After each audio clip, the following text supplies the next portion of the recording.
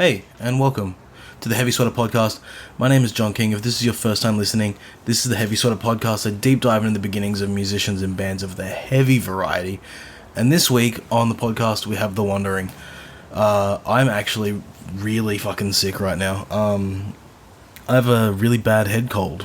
And I know it's a head cold because I've had COVID, so it's not that. But yeah, The Wandering are on the podcast this week. Fucking excellent dudes. Jordan and Jamie from The Wandering, killer band. So, and honestly, if you're listening to this because of The Wandering, you already know that they're a fucking sick band, so you don't need me to tell you. They have a new song out at the moment. It's been out for a fucking minute, actually. A Beautiful Agony. It's so sick. Go check it out wherever you listen to music. And with all that being said, it's Sunday, and you know what that means.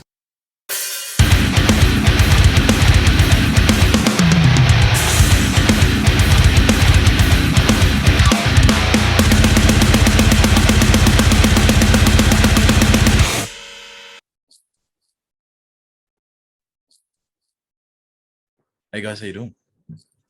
Good, mate. How's yourself? Good. Fucking COVID free now.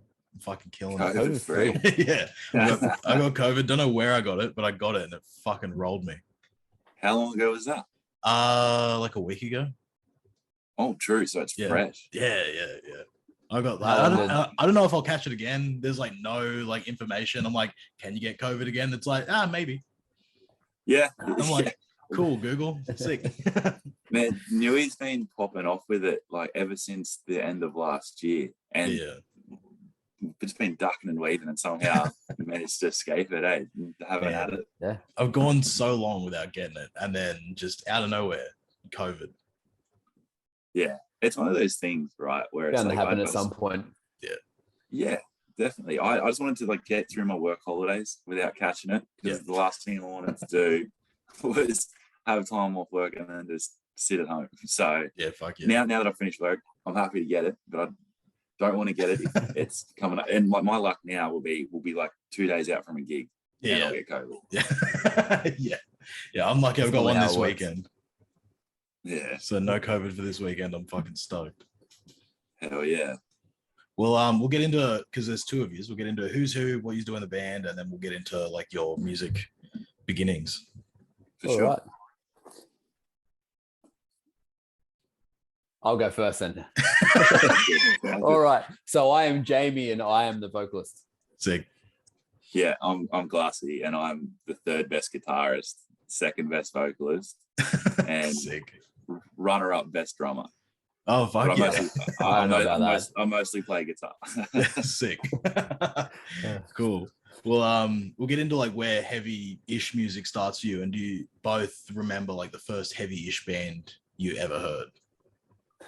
Rightio. So, I started out in primary school listening to like Limp Bizkit, Linkin Park, and everything. Yes. And we're going a way back because I'm 30 now, so this is a while ago. And I think it was year 7. One of my friends, we're on the Backseat Bandits on the bus on the way home, and she was like sharing headphones on the way home, and she's like, "You have to listen to this." I was like, "Oh, what's this?" And it's the Slipknot self-titled album. Oh, such a good fucking album. Well, everything went from there. Sick. Slipknot, humble beginnings in Slipknot, and the sky was the limit after that. But hearing that intro, and then when Sick came in, I didn't even know what a double kick was. So like, how is this guy doing that? Sick still holds up too. If I'm like, fuck, I want to listen to Slipknot, Sick is one of my go-tos still. Still. That and so Disaster Pieces, because the hardest lyric intro ever, Slit Your Throat and Fuck the Wound, is like the most brutal shit of all time. 100%. Definitely. So that's pretty much one of the only bands that I can remember exactly where I was, what I was doing when I first heard them, because I was like, this is insane. Yeah. Fuck yeah. So, that was where it all started for me. Sick. What about you, man? Pretty similar, just a different era of Slipknot, I guess. I remember I'd always liked rocky sort of music, and I was always into wrestling and like Tony Hawk's and stuff, and they always had a bit more of the heavier sort of side of music in their soundtrack. Have such a great conversation now.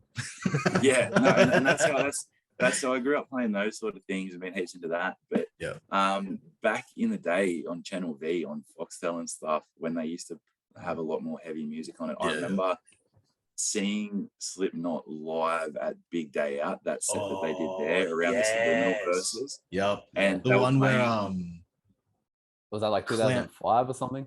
Yeah, it was something around like then. that. And Clown gets in a fight with Sid in the set. Yeah, I think that's the one. Because he's like taking the standard bandages off, and then Sid comes over and is like, "Fuck you, don't." Yeah, no, that's exactly the one. So yeah, I remember seeing that, and like they played, I think it might have been Before I Forget or Wait and Bleed before they played a live song, and the melody hooked me in because obviously I wasn't heaps in the screen, and I was only in primary school, and I hadn't really been exposed to that sort of thing. And then they put on the live set, and it was just the closest thing to a horror movie in real life that I've ever seen. Like, 100%. And I was just captivated by it. And so, yeah, pretty similar to Jamie. Yeah, Slipknot was the one that sort of started that. And then seems like everyone from that era, Slipknot was the definitely the one. I've described them as like the path dividing band. Like, if you've listened to like emo and like radio rock around that time, once you discover Slipknot, it's like, I'm a fucking heavy guy now. Yeah. Heavy music is sick. Yeah, and so that's how it sort of started with me. Hey, so I got into Slipknot and I was into that, but I wasn't into like much other heavier stuff. And then once I got into high school, that was when that real emo sort of scene phase happened. Yeah. And then there was like bands like Prom Queen and Parkway and stuff who the older guys at school were heaps into, and being like a younger guy who could play guitar, you look up to the older guys who were playing music too and were in bands, and they were playing more metalcore sort of deathcore stuff, and that just got gradually heavier and heavier and heavier, and still to this day, like, that's where high school for me as well sort of ventured to, like the Prom Queen and everything like that. I still remember the Red Shore dropped Unconsecrated, and I remember listening to that on my way to school one morning. I was like, this could be too heavy. I don't know if I'm ready for too heavy just yet. Like, this is the most insane thing I've ever heard, but something about it just kept drawing you back and drawing you back. Yeah, and that's where the really heavy floodgates opened. From then on, the sky. Well, and I love the Red Shore. Didn't matter how heavy it was. I love the Red Shore too, but I know that Jamie sweats them a lot more than I do. Now I like them a lot, and so that's saying a lot about how much Jamie likes the Red Shore. And I saw him at Invasion Fest a couple of years ago. Fuck, man, like that was crazy. Like, fuck yeah.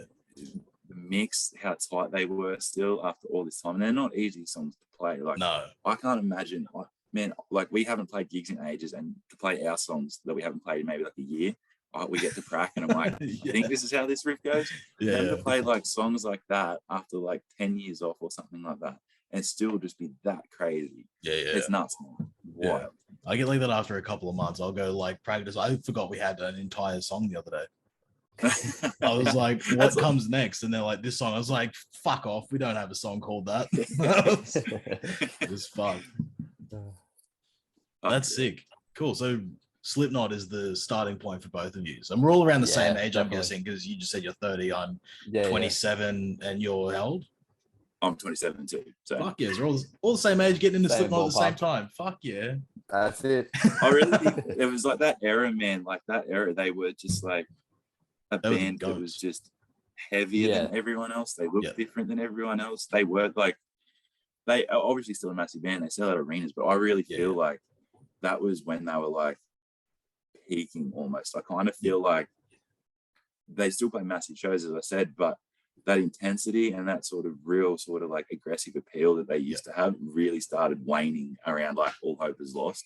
Like they started, All Hope Is Gone, sorry, really started to lose that sort of edge. Like, still cool, they're still hectic songs, but that intensity, that first thing that really drew them, and that might just be because I was getting older as that album come out, and that later albums come out too, that maybe I just it didn't hit me as hard as what it did when I hadn't seen something like that before. But those, if I go on a Slipknot binge, man, it's always the first 3 albums that I'll get back to, and just every song still I'm like, this is sick.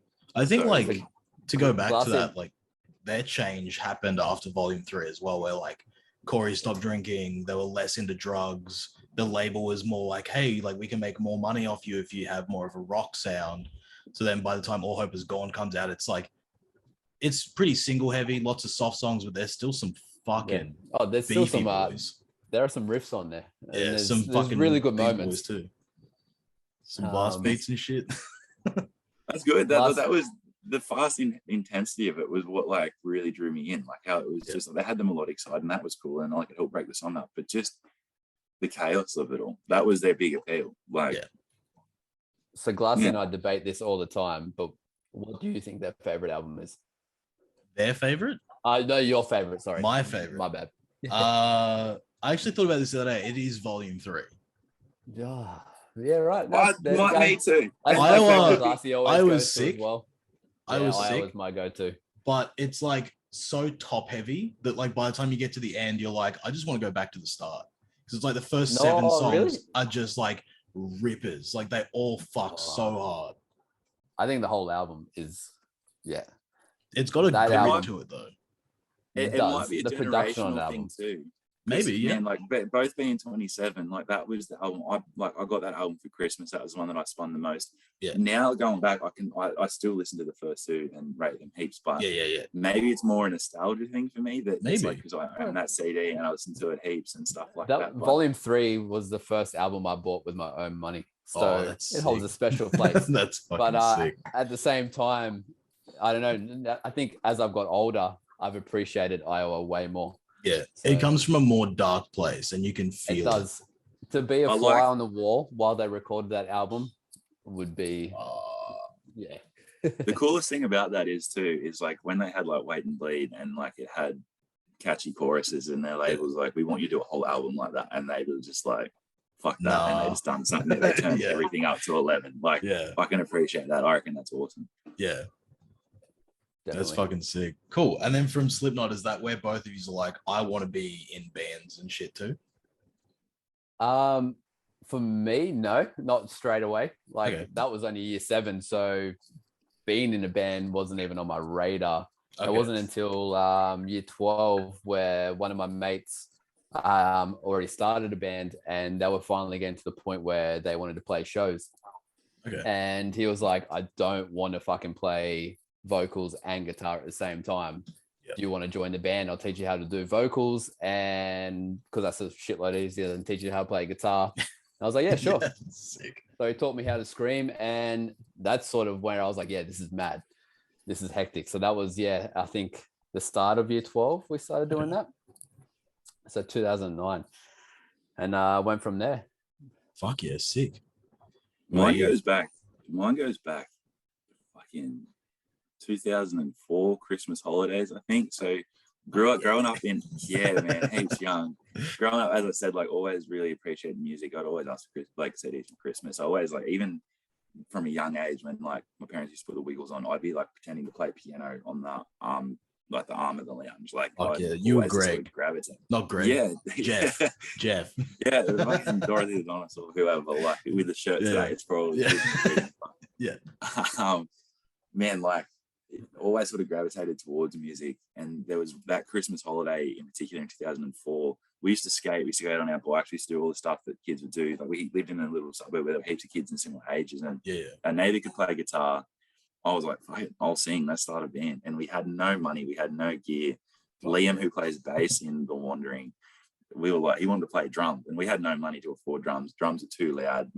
There was no way our parents were buying drums. So we fashioned this drum kit out of like paint tins and everything like that. That's fucking sick. And like we made this like real shitty band. Never played a gig. We're like, we're gonna play gigs and make heaps of CDs and like, we're like so sick. So we're so naive, everything. But it was one of the most notable summers. Like looking back, it was one of the most fun summers I've ever had. And it sort of started this bug, and then started playing guitar. And as I said, going into high school, that was when the real emo scene sort of thing was popping off and was real big. And there was heaps of older musicians at the school who were playing in bands who were heavier. And so coming into high school, seeing all the older guys who you're kind of like, oh, they're real cool. And like these guys play guitar, they play heavy music. That's how I started getting into that. And from man, it looks like you got guitars in the background, obviously a music yourself, like, you know, playing heavy stuff, it's better than just playing 4 chords. Like there's the acoustic stuff, I like that, but as a musician playing fast, heavy stuff, not only do I like it, but I find it's so much more fun. So coming out with a sick riff and you're just like, oh, and then like it's a little so satisfying when you listen to it back. Yeah, it's so good. Yeah, fuck yeah, that's sick. Cool. So like, were there any bands in particular that like made that shift happen for you to be like, I can do that too? So you're talking local or just in general? In general, it can be local. In general, that's what gets you going. Because like around, like last year was saying, around that time when I started in the band, it was like the scene days. So it was like a day to remember, and I called the prom queen and everything. That was really like, yeah, let's do that, because we played a prom queen cover and we played in a day to remember cover. Yeah. What'd you play? What prom queen song? It was Say Goodbye. Ah, so good. Pretty cliched. Incredible. And, what was the a day to remember song that we did? It was only a very short one. It's not important. It was, but yeah, it was great. So I think that would have like the couple of bit, because I always just wanted to sound like Ed Butcher. Like that's all I wanted to sound like back in those days. It was the sound of the time though. Like I remember hearing that album, and it, like especially in Say Goodbye when it's like at the start. Like, it was a lot more guttural than like all the other sort of metalcore vocalists at the time. Throaty and gargly. It was great. So that was probably like the bands where I was like, hey, fuck, I want to be in a band. Well, like obviously I was already in a band, but I was this is, want to keep doing this because this is so much fun. Yeah. Every time you play that, everyone knew those songs. So if you're playing a place for the first time, everyone's like, hey, know this, and everyone got into it. You're like, mad. Okay, this is sick. This is what I want to do. Fuck yeah. Sick. One was sort of like around the same time I started playing guitar in early high school, and there were a bunch of gigs on around Newcastle, but where I was living at the time, just under an hour away from Newcastle, and that's where a lot of the local all ages shows were at a bunch of venues there. There were other ones scattered around, but it was a bit hard to get lifts in there on weekends. And the Loft, it was an awesome venue. It's a shame it shut down, man. But some of the best nights of my youth were honestly spent there. And it was so hard to get to Newcastle to do that. And that's where a lot of the bands who were at my high school were playing at the time. And then up the road in a town called Curry, there was a gig at the skate park. And there was a band called Allay the Sea who were from, so imagine Curry is like Springfield.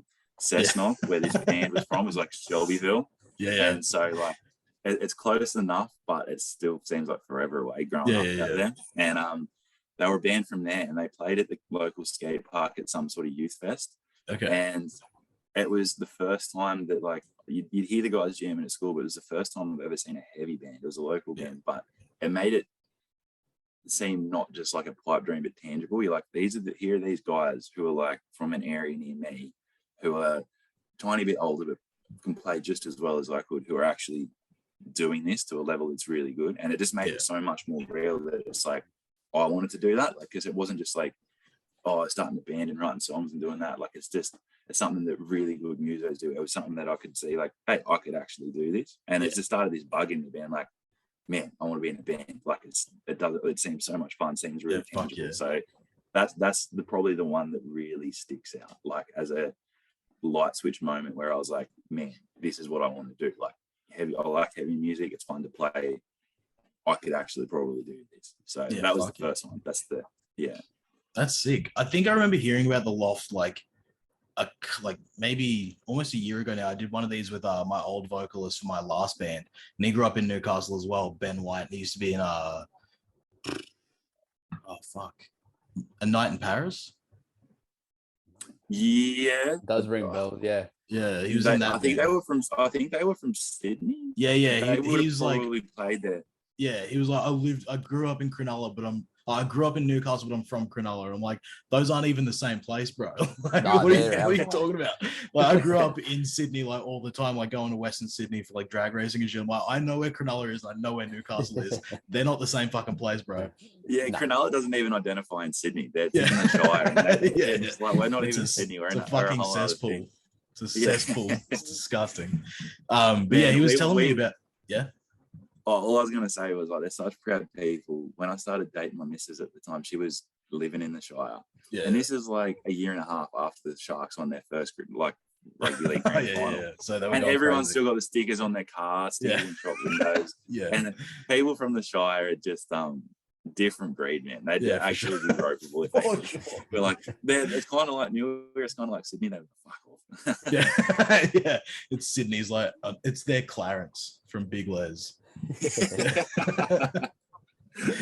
But the Loft was honestly sick though, man. It was really, really cool. It was shows there used to pack out all the time. Bigger bands tended to play like an over 18 show at the Cambridge Hotel, and then they'd always put on like an all ages show at the Loft. So you get massive bands rolling through, and it was just awesome. And like you're still feeling like the after effects of having a venue like that, because so many people who still come to shows in Newcastle now, and granted they are all over 18 now, like were people who used to go to shows back then. So it's like, it was a venue that had such an impact on people from such a young age. So it is a shame, dude, like real big shame that it's no longer a thing.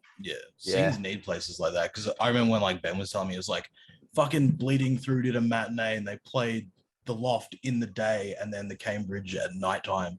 The Loft show had like nobody there. I was like, who the fuck is not going to Bleeding Through at an all ages show? Like, that's fucking sick. Bleeding Through at the Loft would have been nuts too, man. Do you ever remember a band called Pledge This from Sydney? Like mosh breakdown band. So. Yeah, I remember hearing the name. Yeah, so they were just a straight up mosh, sort of like Acacia Strain meets a Muir sort of style. And towards the end, like as the Loft was ending, I think it either changed owners or the youth people who used to look after it looked after it, and the council took it over. And the council they put on it, definitely getting way too involved. Yeah, they saw it as a massive liability, and they're like, "Oh, this moshing." Yeah, they were coming to shows and seeing people get hit and like moshing, and even though everyone was there enjoying it, and they were just like, "We're going to be liable for so much here." So then they tried a thing where I think it was like 2.5 meters by 2.5 meters square that they taped on the ground, and they're like, "This is where you mosh, nowhere else than that." Designated mosh area. Oh man, it was painful, but people, but I'll be honest, they weren't respecting it. They were just pitting regardless. So then, like, that's it, no more moshing, fucking done. And then there was Pledge This were on a tour, and In Heart's Wake were on a tour, and they did a sideshow there. And I think because it wasn't booked through Unified, they got to play like the Night Is for Hunting and stuff like that. So they played like their mosh song, and Pledge This played before them, and you could see this tension building up in the room where people were trying to like mosh, but they couldn't, and everyone's got like this blue ball sort of thing. And then as soon as it was like it was sick. Mosh blue balls is so sick. Yeah, you could see that everyone's just sitting there like shaking, like I need to pit. And then as soon as In Heart's Wake come out, and this is like not a big In Heart's Wake fan anymore, but this is when they had their first album and they had a lot of hype. And I actually at the time, time I was heaps into it, especially when they played the Night Is for Hunting. And it starts off with that drum feel. It's like, oh yeah, the night. As soon as that happened, the whole room just chaos. My mate was like hitting, and the Secco's pulling him out, and he's still swinging on the way out the door. What a fucking legend! And the security was just like, they shut everything off. The gigs cancelled, and they just turned all the power off, and that could have blown up In Heart's Wake's amps, and In Heart's Wake are blowing up too. And I'm pretty sure that was the last notable show at the Loft. I think they put on a couple of the smaller ones, but then it just petered right out. There was nothing heavy after that. I think that was the last heavy show.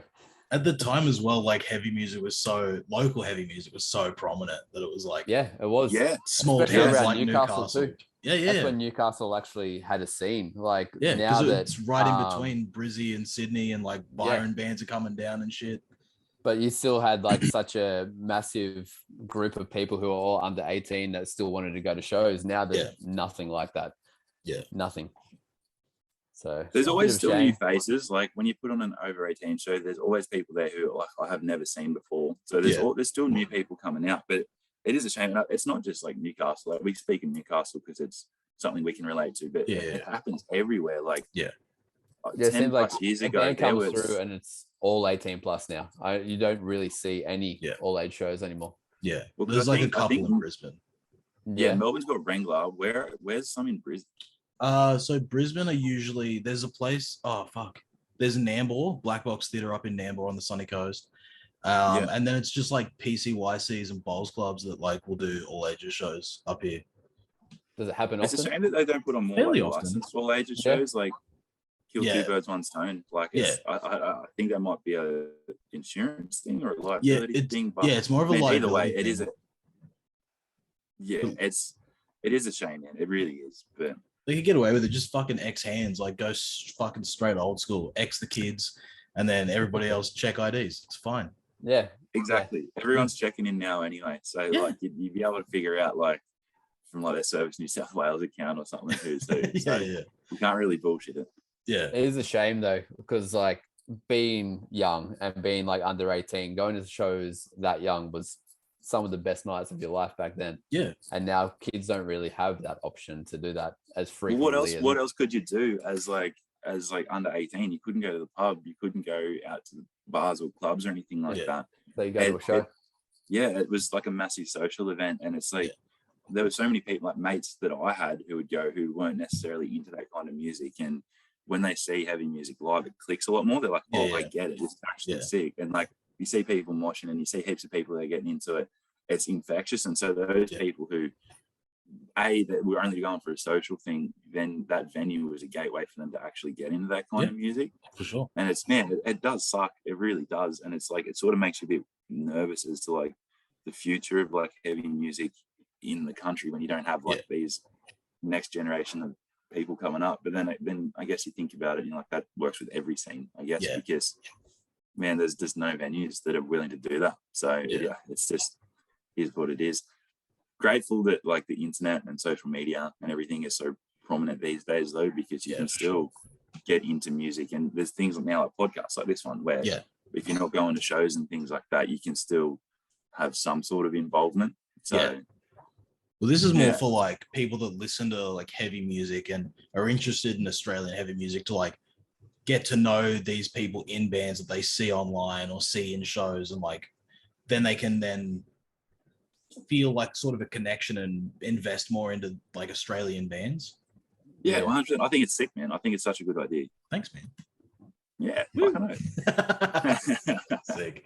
Cool. And then from all the way back then, like getting into like bands and shit in the beginning, what's like the journey through from there? Like, so you're in your first band and then you're doing vocals, want to be Ed Butcher. What gets you to the Wandering from there? It was a bit of a journey. Like after that high school band, it broke up after high school, unfortunately, because like my mate moved over to Perth and it just fizzled out.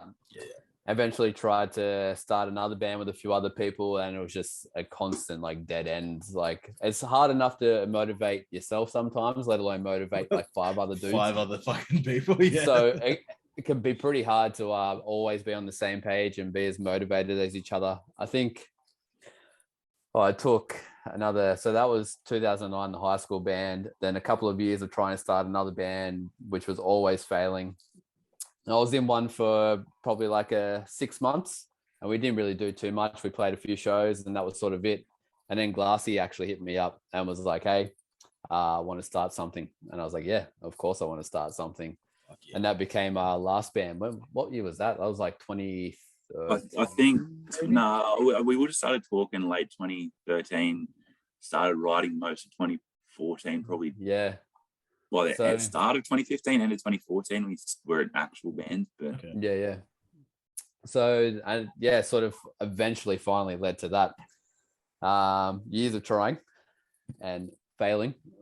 And and then we were in that band for what, like 4 years, about 4 years or so. And now the Wandering. When we broke up with the last band, we actually were like, oh, let's do something a bit different. Like, we were a bit of like a metalcore band, middle of the road. You could go heavy, you could go soft, and it wouldn't have been a surprise. And after that, we were just sort of burnt out from heavy music. So we're like, oh, let's do like melodic hardcore or like with under oathy sort of vibes. And then we went to a Die Art show and we're like, oh fuck, like I miss seeing all the boys and I miss play like heavy music. Like, let's just do a fuck off heavy band and play heavy music again. And then the Wandering started. That's sick. I think like that's a big part in like your journey as a musician as well, of like trying to start bands and it just being like dead ends all the fucking time. So like it kind of puts you through like, how bad do you actually want it? Yeah, no, like exactly. How much shit will you eat to get to what you want to do? I ate a lot of shit. Yeah. But we got there in the end. Yeah, for sure. And it's working out great. No, yeah, exactly. And it was working out great until start of 2020. Yeah, fuck. Then it's sort of no joke, ate some more shit. We planned, like, so as Jamie said, we played in bands for ages. Coming into the Wandering, we made all these plans. Like, we're not only playing in bands for a while, do you get more confident on stage and more like solid as a musician, but you understand like what how to make your time, effort, money go as far as it possibly can. And dude, like the first year and a half with the Wandering, we were just kicking goal after goal. We were like on this upward trajectory. Like, man, our second ever show was in Brisbane. Like our second, third, and fourth show were on the road. Like, we hit the road straight away. Like, sick. Yeah, dude, we international supports, like playing sold out shows everywhere, like on the up and up. And we're going to release an EP in 2020. Things that was going to be our real sort of like breakout year. And then through no real fault of our own, like we've just hit roadblock and dead end after dead end. And it's the most frustrating thing in the world, hey, when it's like, as a new band who's coming up, who's like, I mean, COVID was debilitating for everyone. Like, I'm not trying to like, woe is me sort of thing. No, but for the music scene, it's like, it's what was left of it. It's fucking killing off. Yeah, and like I feel for the bands who have spent money, like Justice for the Damned, for example, who went over to like America, spent all this money on a full-length album, come over here, got everything ready to drop for it, and then can't do anything. Like, I'm not trying to say that our situation is worse than that, but it's a bit different in the way that we're in the process of building that fan base. Like Justice and all these other big bands have a fan base. You need to keep on putting music out to stay relevant and stuff, but we're in that process of getting to that stage of a band where people actually, oh, this band's really sick. I've heard people give a shit enough to buy stuff online. And come out just gigs and like sweat it. And we're up to that point where like we're going to drop an EP, so people go, this band's actually full sick, and then everything gets ripped out. So almost all that momentum you have leading to that moment is just gone. Like, and it's no fault of our own. So it's a bitter pill to swallow, but I guess everyone's in the same boat. Like, which is why I'm super grateful for blokes like yourself and a bunch of other podcasts who like allow the scene and bands to sort of be able to do stuff in the wake of no shows. You know what I mean? So it's content for everybody. It's like, you guys have something to share. I have something to share. Like, and I'm in the same boat as you guys. Like, I started my band in like end of 2019. In 2020 we started playing. It was like start of 2019 and middle of 2020 we started last year 2021, middle of 2021 we start playing shows, and then it's like our first show gets announced, cancelled, next show gets announced, moved. I feel that, man. It's fucking rough, man. It's so it's rough. The worst time to start an actual band. Like, I'm super grateful we at least got a year and a half in to enjoy it in case it all falls apart. But man, that's rough, hey. That's real rough. Yeah, but Queensland government don't give a fuck anymore. They're just like, if you get it, just stay home for a bit. I wish that's how it was. Like, that should be how it's handled everywhere. Like, it's more like you're responsible for yourself and responsible for other people. So don't be a dick. This is kind of how it is up here now. Treat everyone like adults and just fucking.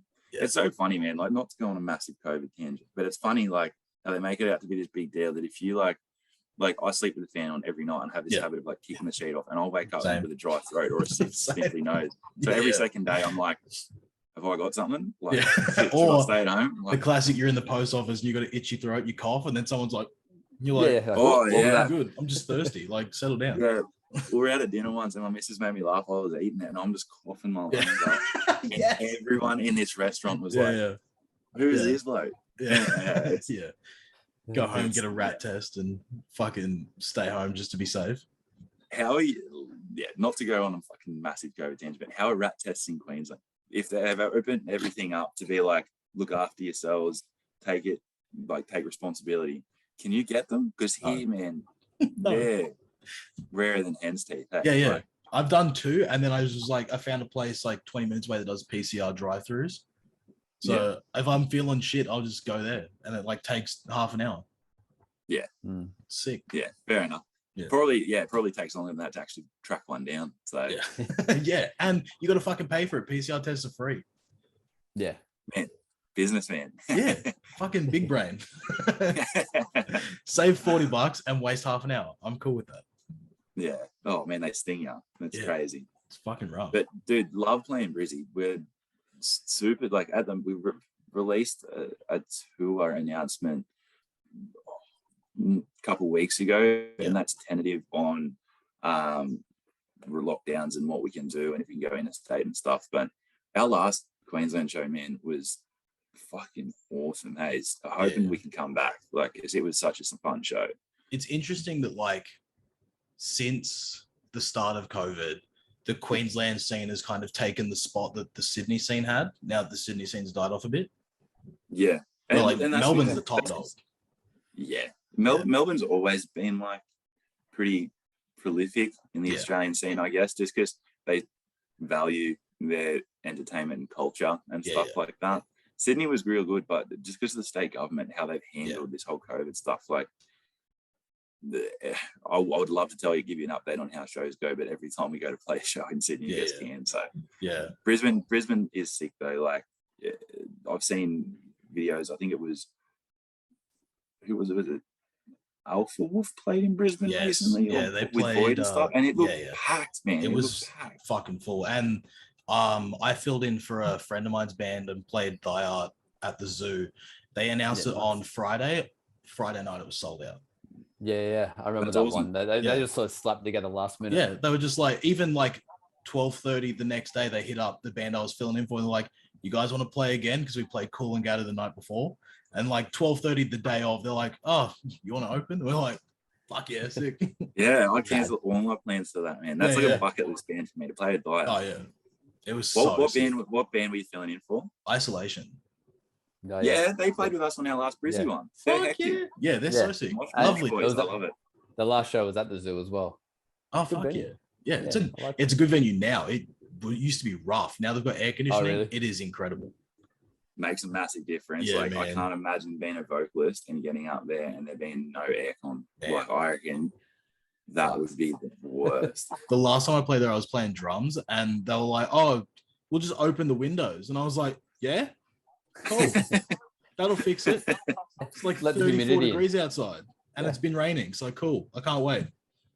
Bro, when we got there last time, so it was more of a deathcore package and heavy bands. It wasn't a mixed bill where you want to sit down, and we walk in there and it was in the middle. I can't remember which sort of COVID sort of outbreak, one of the many we've had. It was in the middle of that, and we walk into the room and we're like, this is actually a sick venue, but they had tables and chairs set up right in the pit there. And we were like, that has to go, because like they had it there for the first couple. They had it there for the first couple of bands, but I was like, man, I cannot do that. We played one sit down show. Yeah, and it was the worst, man. Like you're playing like a school assembly or something. I'm so glad I've not played a sit-down show. It's it's a bit different. It wasn't as I didn't think it was as bad as I was expecting, but I'd still rather not. Yeah, for sure. Yeah, but I mean, if it means I can play a show, yeah, sure. Yeah. When because we drove all the way to Brisbane, knowing that it was going to be a stand-up show. Yeah. And there was going to be no seats and everything, because that was your laws, and then to see all those seats, we're like, hang on, what's going on here? Like, just get them the fuck out of there. Yeah. And I think we spoke to them, and they're like, oh yeah, you can move them, but we're not moving them. It's up to you. Oh, yeah, okay. I think we got told the same thing when we were there with Die Art. They were just like, we'll move some of them, but like if they get moved, they get moved. And then by the time we played, there were no seats. Like, and the place was full all night. They watched the opening band, Isolation, the next band, which was Relica from Sydney. And then Die Art, and it was crazy. That's mad. Yeah, people are thirsty for it at the moment. That's the thing. Yeah, people want to go to shows. Yeah, we've been deprived for 2 years. We've only had a handful here and there. Yeah, so it's what's best for the scene. I think people just getting out to shows and being safe. Yeah, definitely. Yeah, fuck yeah. And you guys are doing the single thing as well, like just dropping singles, and then you did a 3-track as a single. Yep. Yeah. So as I said, man, like we plan things out like well, because we've just had experience in being in a band, right? So as Jamie said, we were doing that sort of under oath sort of stuff, had a bunch of songs written for that, saw Die Art, and we're like, fuck man, like we missed the riffs, like let's play something heavy again. And like it probably suits our skill set a bit more to do that sort of thing. So when we started writing that, we wrote 5 songs, and we're like, how do we go about making these songs work the best for us and have the most longevity? So we're like, being a brand new band, dropping a 5-track EP straight away, you don't have that audience there to respond to it. And even the people that you do have that would listen to it would probably, because everyone's got such a short attention spans these days, they listen to it for maybe like 2 weeks and then they're on to the next thing. So we've just spent all this money on 5 songs that fucking probably will be relevant for maybe a month, if that.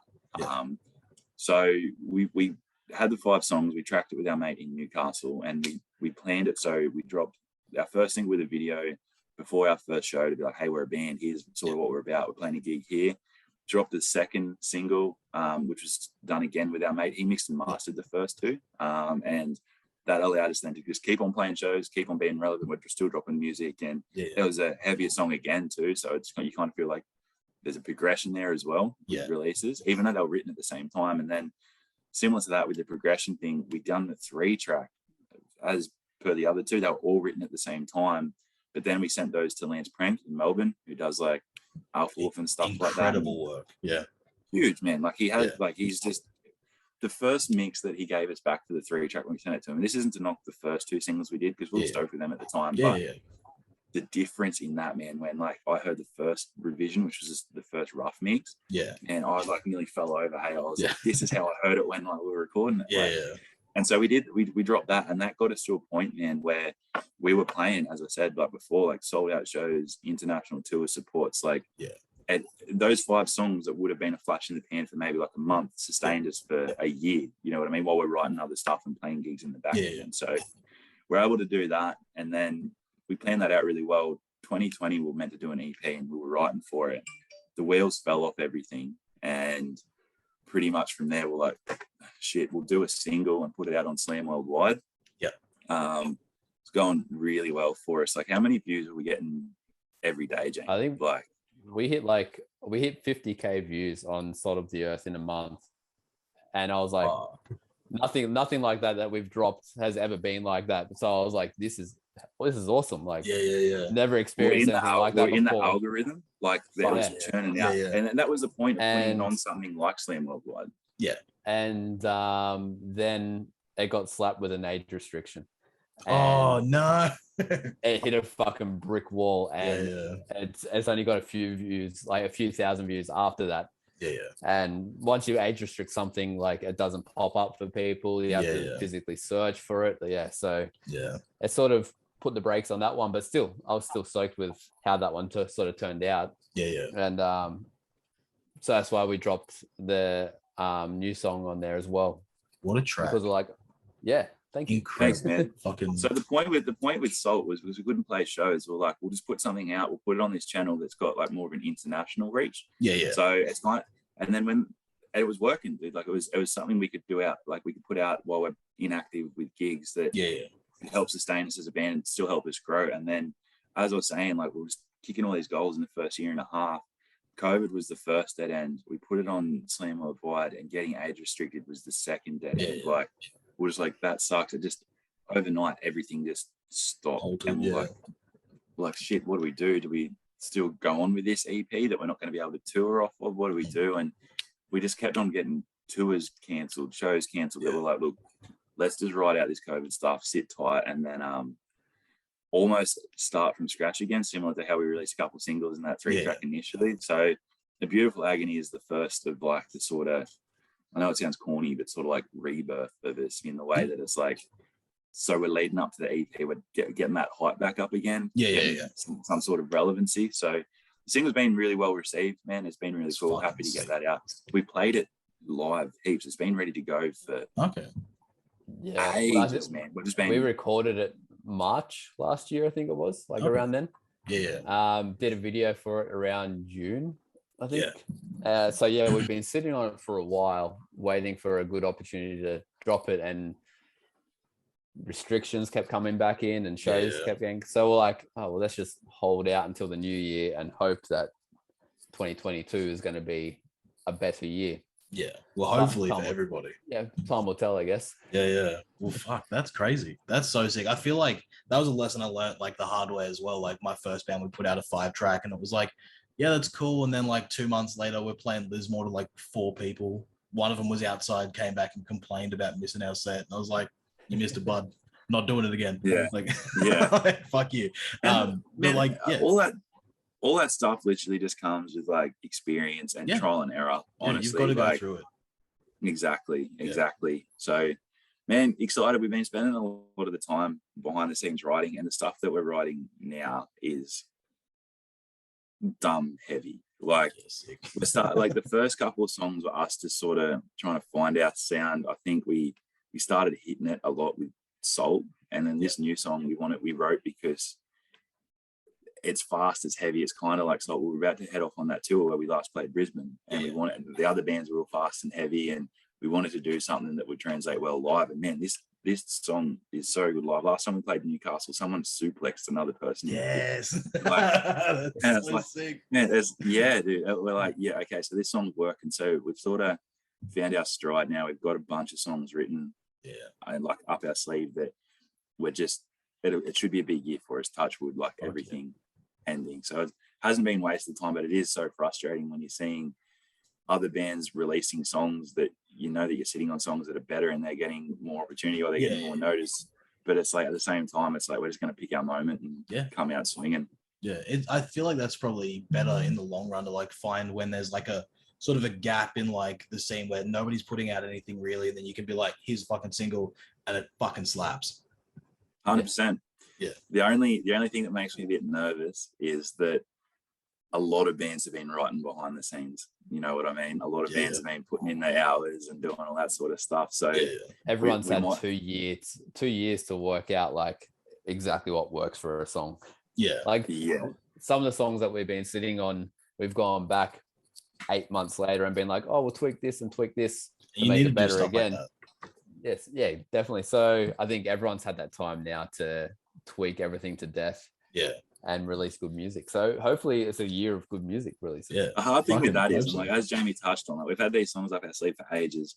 You can get demo-itis where you listen to songs so many times that you can't tell if you like it anymore. You can't tell if certain parts hit as hard as they should. You convince yourself that they're trash. 100%. And there was a long time there too. Like once we got A Beautiful Agony back, the final mix for that, as we said, we're sitting on that for ages.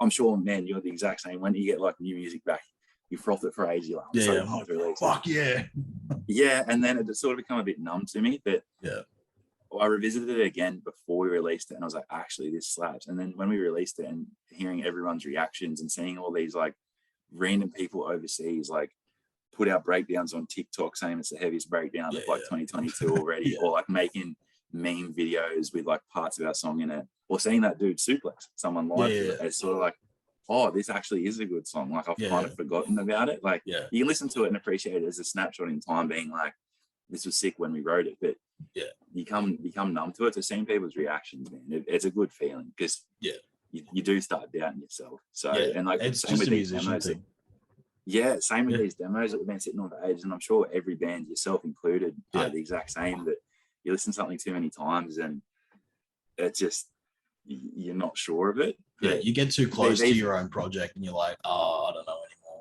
anymore. 100%. But these new songs, man, that we've got, like, I think because we've refined them so many times, they are awesome. We've gone lower in tuning, but we haven't gone lower and slower. We've gone lower and faster. It's more catchy, more structured and stuff like that. I think we've spent a lot of this time not just finding our sound, but actually writing good songs in regards to like not just heavy to the end, like working on structure and spending that time to sort of experiment probably wouldn't be the right word, but more just like refine. You hear about bands, and I don't know, are you one of those guys when you write music, you write a million songs, or do you just like focus on a couple when you I'll focus on one at a time, because if I do more than one, I'll be like taking parts from one and putting it into the other, and then like hybriding just like a fucking riff city piece of shit. And man, we're guilty of that too. We are guilty of that too. And you hear bands like, we're really close with Diamond Construct. We've Jamie and I's old band, we toured with them. We did our first tour with them. We've always been really close with them. Our last show actually was supporting those guys in Newey. Like we've always been really good mates, and just as you do, like spending time in the band and just time together over the years, you sort of see how their dynamic as a band and how, like, and I'm only just using them as an example. I'm sure there's plenty of other bands who operate like this as well. They write like 40 songs, you know what I mean? And like that's like, we'll pick these ones and refine these ones, where it's like, it's probably because I don't have the brain capacity to come up with 40 songs or something. But it's like, I find with us, like, we found this thing where we might write like a couple of songs and we'll spend time just really tweaking them and making them the best they can. And by doing that, instead of trying to figure out like writing a million songs and then just picking the best ones, or like picking a bunch of songs and then refining those on like structure wise, like dynamic wise, like breakdown patterns, and just how making things hit certain ways. Like we've made these, although we've only had a couple of songs, like I feel like we're getting to the point where these songs, although they're only demos at the moment, are the best versions of these songs they possibly could be. Yeah. Which is sweet. But at the same time too, when you hit the wall and you've only got a couple of songs there, you kind of like, fuck, I wish I had another 30 to choose from. Yeah. I think it's kind of like a double-edged sword, really, because like you're honing in on these handful of songs that like you're just investing all of yourself into, opposed to like spreading yourself thin with like hundreds of fucking songs. But on the other side, you have hundreds of songs to pick from. Yeah. And it's got to be one good one in there. Yeah. And it's like, so the way that we write is pretty like, the new stuff at least is pretty collaborative. Like we all get in a room, we all like work on it. Yeah. And it's funny, like most of this new one, I had most of the stuff for it, but this last breakdown was just getting to me, and I've listened to it too many times. I've tried to figure it out too many times. Jamie, who can't even play guitar, just comes into the writing session. He's like, this is how that breakdown pattern has to go. And he's tapping it out. Yeah. And as soon as I heard it, I was like, yep, that's it. And that's the breakdown that's getting put in memes and stuff. Yeah, fuck yeah. And he can't even play guitar. And it's just like, he come into the writing session with a completely clear mind, like completely like no preconceptions. This is how the breakdown's got to go. He's like, no, it needs to hit like this. And as soon as we all heard it, we're like, you're right, that's it. Breakdowns are fucking hard, man. They're so hard to do something fresh. It's the simple things in life that you get tripped up on. Yeah, for sure. Always the simple things. You just need to go open, gallop open. But what pattern does it go in? Yeah, that's the hard part. That's the fucking hard part. Like you get a riff in and you're like, oh yeah, slap a blast beat over it, we're done. Yeah. Mine is two-step opposed to blast beat. But I'm the same thing. Yeah. Not to give like our secrets away. We've used this formula a fair bit with our new stuff, that it's like for a breakdown to hit as hard, and there's so many bands, not just local, but this is what trips a lot of local bands up with their breakdowns, is that they don't understand dynamics. Like they'll like have something that just sounds like the breakdown with a similar group and then add the breakdown in, or just like a massive build up and then the breakdown. Sometimes if you have like something real sporadic and then just like then drop it, like it feels like it's building up to things. Whereas like I think like we've spent so much time now writing and stuff, we've really figured out the secret for like making a breakdown hit. Yeah. Fuck sick. Fuck yeah, that's wild. Yeah. So like opposed to just like structurally building it, so like the tone starts to like come up and then you drop it, you just like punch it along and then poof, straight, like hard left. Why not? Because especially like you want people to feel like they've been slapped in the head. Yeah, fuck it. And that's it. That's exactly it. Yeah, exactly it. Like just something that just smacks you in the face, which is like what you want a breakdown to do essentially. So we've been working, man, and we found things that like have just sort of like not just fit our songs, but like little tips that like when we're writing another song, we use that same sort of, and it sounds completely different, but we use that same sort of theory into practice, man. And it's like, I can't wait for you to hear all the new stuff, man. It's so good. Not to piss in my own pocket, but it's mad. It's pissing in his own pocket. Yeah. I love it. I love doing it. Yeah. But at the same time, it's good to have like that confidence in your own project. Because like I've said it thousands of times, nobody's going to give a fuck about your band more than you. So like if you don't believe in your own band, why should anybody else? Yeah, exactly. For sure, man. For sure. I agree. I think there's a fine line between confidence and arrogance, right? Like if you're putting time, money and effort, and like every time you write a song, there's a bit of you in there. Like, you know what I mean? It's anything that you create, right? Like whether it's a house, whether it's a fucking song, whether it's like you cook dinner for someone, there's like a bit of an emotional investment in there. And it's like, so if you're doing that, you should be able to back yourself, as you said, and should be able to be like, I rate us as a band. I rate this song. I froth this. You know what I mean? I think where it starts going into arrogance is when there's no real respect for everyone else. And I feel like, so for example, you could put us on any show and I know that we will crush it because we've put the time in to work there and stuff like that, and make sure that when we get to the show, we're the best version of us that we could be. And like when it comes to releasing songs, we make sure the songs are the best version. And so we should be able to be like, fuck yeah, man, like we're a good band. But I think the respect thing is where you start going into arrogance, where you start getting a bit of an ego and stuff like that. So fine line, but as you said, man, you should back yourself 100%. No, that's like a responsible, sensible mentality to have. Like going into a show being like, this is the best version of us we are. Not to say that no other band is allowed to crush. Like all bands should crush because high tides raise all ships. So without like every band killing, then like nobody's gonna give a fuck if every band plays like shit. So like I fuck with that heavily. Believe in yourself, but also believe in your scene. Yeah, like you don't want to walk out on don't stage get me wrong, like not confident in what you're doing as well. Like because it shows as well. So if you're going out there being like, let's fucking crush this, you're probably going to crush it to an extent anyway. We all have our off nights, but if you have that mentality, at least you know you're halfway there. And I think, as I said, where the confidence and the arrogance thing comes in, like, is like if you rock up to a show and you absolutely crush it, and then you don't watch any other band, or you're just walking around like with your head up your ass the whole night, like, and not even like watching another band, not supporting anyone, not taking the time to talk to anyone, to your rock star mentality. That's when that sort of line starts like tilting into like the arrogance. And then people start talking shit when you're not around. They're like, that guy's a fucking dick. Like, fuck that guy. Bro. And like people notice. Without dropping names, I won't put you on the spot, but I'm sure with like in this conversation, there's probably 2 or 3 blokes that you can think of where you're like, I know a guy like that, or I've seen like bands. So I've seen like, it happens, man. It happens a lot.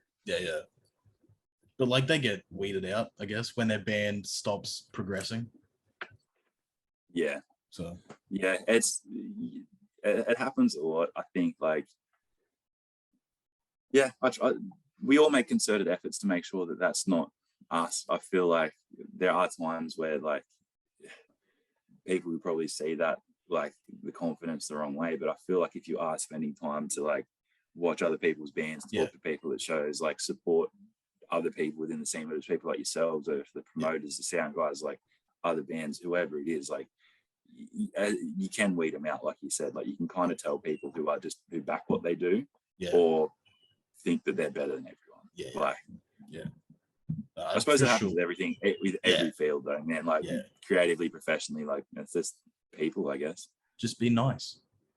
Like I'm a better vocalist than Jamie, but he'll never admit it. No, I won't.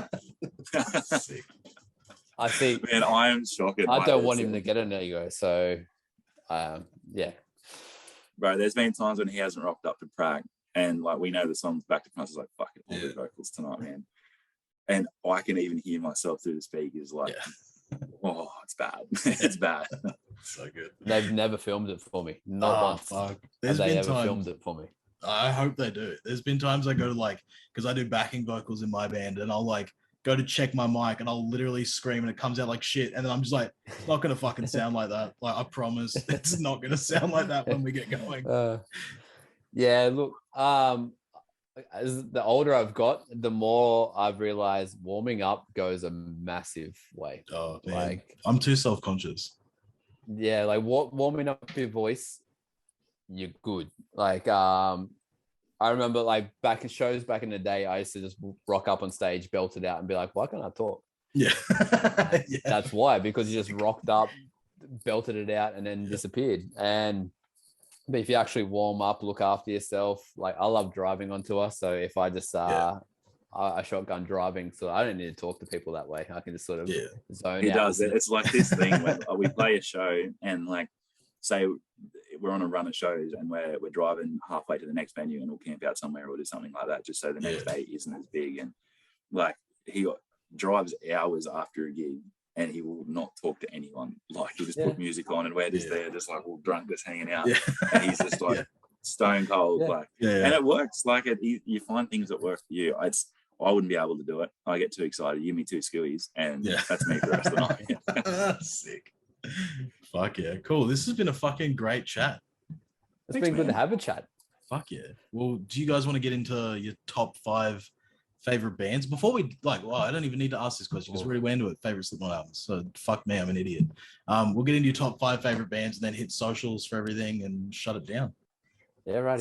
Sounds good. Go, Jamie. Fire away. Oh, don't you put me on the keep spot. Keep them heavy. It's a heavy podcast. So yeah, top 5 heavy. Doesn't have to be heavy. The one I did last night, Lewis Capaldi was brought up, and I loved that. You got to keep it real. Band. That's a piss weak answer. Yeah, it can be artists as well. So, I might struggle to think of 5 off the top of my head, but there's always 2, which is Breaking Benjamin and Job for a Cowboy. Yes. So that shows my what a dichotomy. That basically shows my taste of music right there. I'd put Casey up there as well. Okay. Casey is another band that I can always listen to. And another 2. Breaking Benjamin is wild though. Yeah, right. That's crazy. They're sick, but they kind of fall into a lower than Nickelback territory. I feel like if people do talk about it, Nickelback. Musically and vocally better than Nickelback, but yeah, definitely. Their last 2 albums haven't been as good as their first 4, but I can still listen to it and not hate it. Okay, so it goes a long way. But yeah, their first 4 albums are incredible. Fuck yeah. And then Job for a Cowboy, Casey. I'm struggling to think of another 2. There's always just a couple that I always just go back to all the time, and those 3 are pretty much always the ones where if I'm just scrolling through Spotify having no fucking idea what I want to chuck on, those 3 are a safe bet. Yeah. So sick. Yeah. Top 3. I'll give you top 5, and bear with me. I'll give you context when I say it, not so much for your sake, but more so I can justify it to myself. Okay. Otherwise, I'll struggle to think. So we'll go Slipknot, probably being the most influential for me, from a young age. And as we were saying before, man, I can chuck on. We'll go the first 4 albums because The Killing Name and stuff like that on and last Paul Gray and last Joey album. That is true. Yeah, so there are still some bops on there. Yeah, so I'll be honest, I don't really listen to the newer albums. I always go back to them. So but those early albums, man, I could put them on at any time and still be I'm never not in a Slipknot mood. So we'll go Slipknot. They're also all those 4 albums are albums you can listen to cover to cover every time. Yeah, definitely, 100%. So Slipknot. I know that's probably what a lot of people say, but not as many as you think. Well, they're all wrong. So there's lots of Linkin Park. Lots of Linkin Park. Yeah, dude. I say Linkin Park, but I don't go. They're not my go-to. I'd go to Slipknot. So very influential for me as a kid, but I just couldn't put them in there. I'd be robbing a bunch of other bands. I'll say, I'll go Via, and similar again, not to sound like a gatekeeper or fucking that, but not so much the newer albums, pretty much up to Dear Desolation. They're newer, and that even then I started sort of they're getting a bit too.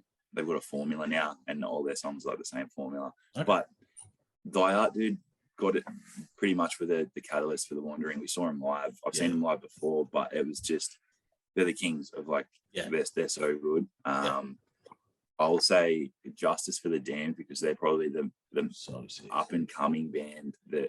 Even though they're massive here, every time I see them, I'm just nuts. And so saw them on their last couple of shows. They played a Sydney show and they played a minute and a half of a new song, and it is fucking nuts. So I'm going to preemptively get in there and say Justice of the Damned before they are at that point. Before they blow up. I'll say early North Lane, Discoveries, a good North Lane. Yeah, let's be real. Hollow Existence, and what was their second album called? Singularity. Singularity, because around this time that I was doing my first band, they were the biggest band in Australia, and it just, man, I don't think if they didn't release that album and they weren't doing as good as what they would have done, I probably would have not been as interested in music as I come out of high school. I probably would have fizzled out with that, so I'll say that. They're probably the most influential Australian band to modern metalcore.